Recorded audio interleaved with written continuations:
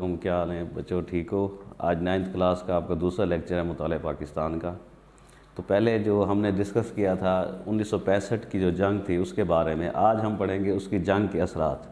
اس عوامی جوش و خروش کے پیش نظر پاکستان کے 3 شہروں میں لاہور، سرگودا اور سیالکوٹ کو ہلال استقبال سے ایک اعزاز سے نوازا گیا، کیونکہ انہی شہروں سے جو ہے جنگ ہوئی تھی۔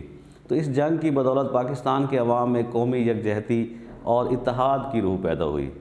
پوری قوم نے اپنے ذاتی اندرونی اختلافات، اپنے جھگڑوں کو بھلا کر متحد ہو کر پورے نظم و ضبط کے ساتھ جو ہے حملہ آور دشمن کا مقابلہ کیا۔ صدر پاکستان جنرل ایوب خان کی اپیل پر پوری قوم نے دل کھول کر چندہ دیا جو جنگ میں استعمال ہوا۔ نوجوانوں نے ہسپتال جا کر اپنے زخمی جنگی فوجی بھائیوں کو خون دیا۔ اس جنگ میں برادر اسلامی ملک سعودی عرب، ایران اور دوسرے ملکوں نے جو ہے پاکستان کا بہت ساتھ دیا، مالی طور پر اور سیاسی طور پر بھی۔ اس جنگ کی وجہ سے پاکستان کا دفاع مضبوط ہوا اور مسئلہ کشمیر اجاگر ہوا، اور کیونکہ اس جنگ کی وجہ بھی مسئلہ کشمیری تھی۔ ہر سال 6 ستمبر کی یوم دفاع کی تقریبات جو ہے جوش و خروش اور جذبے سے منائی جاتی ہیں، تاکہ ایک دفعہ پھر دشمن کو بتایا جائے کہ تمام سچے جذبے آج بھی پوری قوم کے جو ہے اپنے وطن کے لیے ہیں۔ 6 ستمبر 1965 کی صبح بھارت نے پاکستان پر حملہ کیا، تو اس حملے کے جواب میں ہماری فوج نے جس طرح وطن کا دفاع کیا، اس کی مثال نہیں ملتی۔ ہر کوئی اپنے اپنے انداز میں جو ہے وطن عزیز کے لیے قربانی دینے کو بے قرار تھا۔ افواج کے ساتھ ساتھ 1965 کی پاکستان بھارت جنگ میں عوام کے جذبوں اور دعاؤں کی بدولت فتح پاکستان کا مقدر بنی اور شکست جو ہے انڈیا کا مقدر بنی۔ قومی یکجہتی اور حب الوطنی کا مطلب وطن سے محبت اور اتحاد نے، ان تینوں چیزوں نے جو ہے مل کر ہمارا سر پوری دنیا میں بلند کر دیا۔ اس جنگ میں پاکستان کی بہادر افواج نے بھارت کے دانت کھٹے کر دیے، ان کے عزائم کو ناکام بنا دیا۔ ملک اور قوم کی حفاظت کرنے والے بہادر نوجوانوں کو سلام کہ جنہوں نے زندگی کی بھی پرواہ نہ کی اور شہادت کے اونچے مرتبے پر فائز ہوئے۔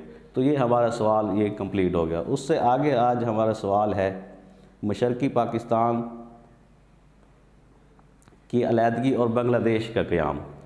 مشرقی پاکستان کو 2 حصوں میں تقسیم کیا تھا، مشرقی پاکستان جو بنگلہ دیش ہے اور مغربی پاکستان جو آج کا پاکستان ہے۔ 1970 کے عام انتخابات کے بعد جب عوامی لیگ کو مشرقی پاکستان میں کامیابی ملی اور ملک کی باغ ڈور عوامی لیگ کو نہ سونپی گئی، یعنی اقتدار میں عوامی لیگ کو حصہ نہ دیا گیا، تو مشرقی پاکستان میں امن و امان کی صورتحال خراب ہوئی، یعنی جو اب موجودہ بنگلہ دیش ہے اسے مشرقی پاکستان کہتے ہیں۔ ان حالات کو سنبھالنے کے لیے chief martial law administrator general Yahya Khan نے وہاں پر ایمرجنسی لگا دی۔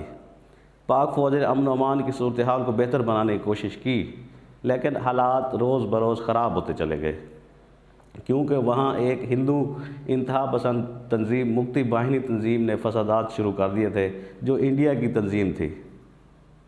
ان حالات میں 15 مارچ 1971 کو ذوالفقار علی بھٹو، جنرل یحییٰ خان اور شیخ مجیب الرحمان کی ڈھاکہ میں ملاقات ہوئی تاکہ حالات کو پرامن بنایا جا سکے، بنگلہ دیش جو اب ہے اس کے حالات کو بہتر کیا جا سکے مشرقی پاکستان کے۔ یہ مذاکرات بغیر کسی نتیجے کے ختم ہو گئے۔ کشیدہ حالات کے باعث لاکھوں کی تعداد میں بنگالیوں نے بھارت کا رخ کیا، ہجرت کرنا شروع کر دی۔ بھارت نے بنگالیوں کی مدد کا سرکاری طور پر اعلان کر دیا۔ بھارتی فوج نے باغیوں کو اسلحہ دیا اور ان کی تربیت کی پاک فوج کے خلاف، جس کی وجہ سے پاکستان اور بھارت کے مابین حالات خراب ہو گئے۔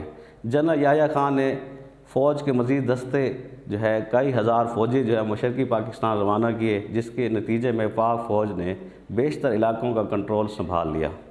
حالات کو دیکھتے ہوئے بھارت نے مشرقی پاکستان میں اپنی افواج کی مدد سے حملہ کر دیا۔ مشرقی پاکستان موجودہ پاک فوج نے 2 ہفتوں یا 14-15 دنوں تک جو ہے بھارت کو روکے رکھا۔ جب ان کے پاس رسد ختم ہو گئی، اسلحہ ختم ہو گیا، کھانے پینے کا سامان ختم ہو گیا، لڑنے کے لیے ان کے پاس ایکوپمنٹس نہیں تھے، تو اور مغربی پاکستان سے مزید امداد بھی نہ پہنچ سکی، تو بھارت اپنے ناپاک ارادوں میں کامیاب ہو گیا اور بنگلہ دیش کو علیحدہ کرنے میں کامیاب ہو گیا۔ اس طرح 16 دسمبر 1971 کو مشرقی پاکستان ہم سے علیحدہ ہو گیا اور بنگلہ دیش کے نام سے علیحدہ ملک گیا۔ 16 دسمبر 1971 کو جو ہے یہ ملک علیحدہ ہو گیا۔ اس کے بعد جو ہمارا ٹاپک ہے وہ ہے جی محل وقوع پاکستان کا اور اس کی اہمیت۔ پاکستان بر اعظم ایشیا میں واقع ہے، یہ جنوبی ایشیا کا اہم ملک ہے۔ پاکستان کا کل رقبہ 7,96,096 مربع کلومیٹر ہے، جو دنیا کے کل رقبے کا 0.67% ہے۔ پاکستان قریباً 58% رقبہ پہاڑوں اور سطح مرتفع پوٹوہار پر مشتمل ہے، جبکہ قریباً 42% رقبہ میدانوں اور ریگستانوں پر پھیلا ہوا ہے۔ پاکستان ایک وسیع و عریض ملک ہے جو جنوب میں بحر عرب کے ساحل ہیں اور دریائے سندھ کے ڈیلٹائی میدان سے لے کر شمال کے بلند و پہاڑ سلسلوں تک پھیلا ہوا ہے۔ جنوب مشرقی حصہ دریائی میدانوں سے گھرا ہے، جبکہ مغربی اور وسطی حصہ کئی پہاڑی سلسلوں پر مشتمل ہے۔ یہی وجہ ہے کہ پاکستان کی آب و ہوا میں موسمی فرق بہت نمایاں ہے، یعنی پاکستان میں مختلف قسم کے موسم پائے جاتے ہیں، اسی وجہ سے اس کے محل وقوع کی وجہ سے۔ پاکستان اس لحاظ سے خوش قسمت ملک ہے کہ اللہ تعالیٰ نے اسے ایک موزوں طبی ماحول سے نوازا ہے۔ طبی ماحول کسی ملک کے رہنے والوں کی معاشی، معاشرتی، سماجی اور دوسری سرگرمیوں پر گہرا اثر ڈالتا ہے۔ طبی ماحول سے مراد محل وقوع، طبعی خدوخال ہیں اور آب و ہوا وغیرہ لیے جاتے ہیں، تو یہ ہم اسے کہہ سکتے ہیں۔ جغرافیائی محل وقوع کے لحاظ سے پاکستان 24 سے 37 درجے عرض بل شمالی میں اور 61 سے لے کر 77 درجے طول بل مشرق کے درمیان ان میں پھیلا ہوا ہے۔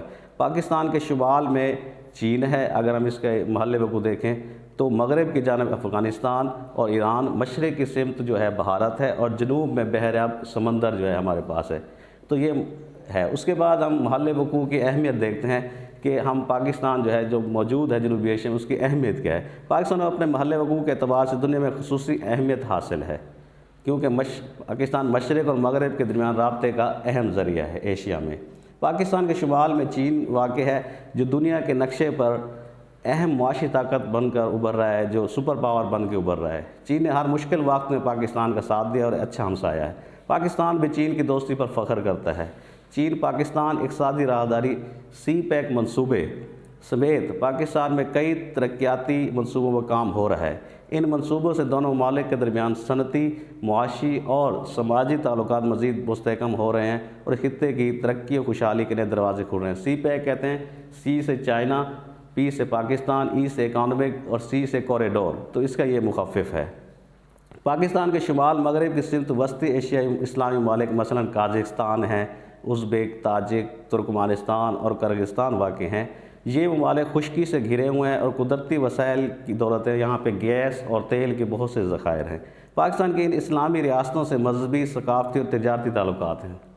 پاکستان واحد ملک ہے جو وسطی ایشیائی ریاستوں کو قریب ترین بحری راستہ فراہم کرتا ہے۔ پاکستان کے پاس سمندر ہے تو ان کو یہ اسے فراہم کرتا ہے۔ پاکستان کے مغرب کی جانب افغانستان اور ایران ہے، اگر ہم ان کے نقشے میں دیکھیں تو افغانستان کے ساتھ ملک کا سرحد کو ڈیورڈ لائن کہتے ہیں۔ جو پاکستان اور بین الاقوامی سرحد ہے انڈیا افغانستان کی، اس کو ڈیورڈ لائن کہتے ہیں، جو 2250 کلومیٹر ہے اس کا فاصلہ۔ ان ممالک کے ساتھ ہی پاکستان کے برادرانہ تعلقات ہیں۔ پاکستان کے مشرق میں بھارت ہے۔ پاکستان اور بھارت کے درمیان جموں و کشمیر اور کئی دوسرے مسائل پر کشیدگی موجود ہے۔ سب سے بڑا مسئلہ کشمیر کا ہے، لیکن ان مسائل کے حل کے بعد دونوں ممالک میں تعاون کی فضا پیدا ہو سکتی ہے اگر ان مسائل کو حل کر لیا جائے۔ پاکستان کے جنوب میں اگر ہم دیکھیں تو بحر عرب واقع ہے، جو سمندر ہے، جو بحر ہند کا حصہ ہے۔ مغرب اور مشرق کے درمیان تجارت زیادہ تر بحر ہند کے راستے ہوتی ہے، سمندر کے راستے ہی ہوتی ہے کے راستے۔ خلیج فارس سے ملحقہ مسلم ممالک جس میں ایران ہے، سعودی عرب ہے، عمان ہے، اردن ہے، عرب امارات ہے، تو یہ خلیج فارس ہے۔ خلیج کہتے ہیں ایک بحری راستہ، تو یہ جو ہے ہم کہہ سکتے ہیں یہ تمام خلیجی ممالک تیل کی دولت سے مالا مال ہیں، ان کے پاس بہت سا پیٹرول، ڈیزل ہے۔ خلیج فارس کی بنا پر بحر ہند ہمیشہ سے بڑی طاقتوں کے درمیان توجہ کا مرکز رہا ہے، جو سپر پاور طاقتیں ہیں تو ان کا توجہ کا مرکز رہا ہے۔ کراچی، پورٹ قاسم اور گوادر پاکستان کے اہم بندرگاہ ہیں۔ کراچی میں جو ہے پورٹ قاسم ہے جو بندرگاہ ہے، اور جو ہے کوئٹہ میں جو ہے گوادر بندرگاہ جو ہے بہت اہم ہے، جو تجارت میں ہماری مدد کرتی ہے۔ اس کے علاوہ پاکستان کے خوشگوار تعلقات بحر ہند کے راستے کئی ممالک کے ساتھ قائم ہیں۔ ان میں جنوب مشرقی ایشیائی مسلم ممالک یعنی کہ انڈونیشیا، ملیشیا، برونائی، دارالاسلام، جنوبی ایشیائی مسلم ممالک مثلاً بنگلہ دیش ہے، مالدیپ اور دوسرے سری لنکا شامل ہیں۔ ان ممالک سے ہمارے اچھے تعلقات ہیں، تو یہ پاکستان کا محل وقوع، اس کی اہمیت بہت ہے، یعنی پاکستان بالکل درمیان میں ہے دنیا کے، تو دوسرے ممالک کے ساتھ رابطہ سمندر کے راستے، اور اس طرح سے پاکستان کو سونے کی چڑیا بھی کہا جاتا ہے۔ یہ پاکستان کی اہمیت ہے، یہ محل وقوع کہاں پہ موجود ہے پاکستان، اور اس کے ارد گرد کون سے ممالک شامل ہیں، تو اسے آج ہم امید ہے کہ آپ کو یہ لیکچر سمجھ آئی ہوگی اور آپ اس کی تیاری کریں گے۔ انشاءاللہ ٹیسٹ بھی ہوگا آپ کا، اس میں سے مختصر سوال بھی بن سکتے ہیں، ان کو بھی آپ نے اچھی طرح یاد کرنا ہے کہ اس میں سے اگر سوال آ جائیں تو آپ اسے حل کر سکیں۔ خدا حافظ۔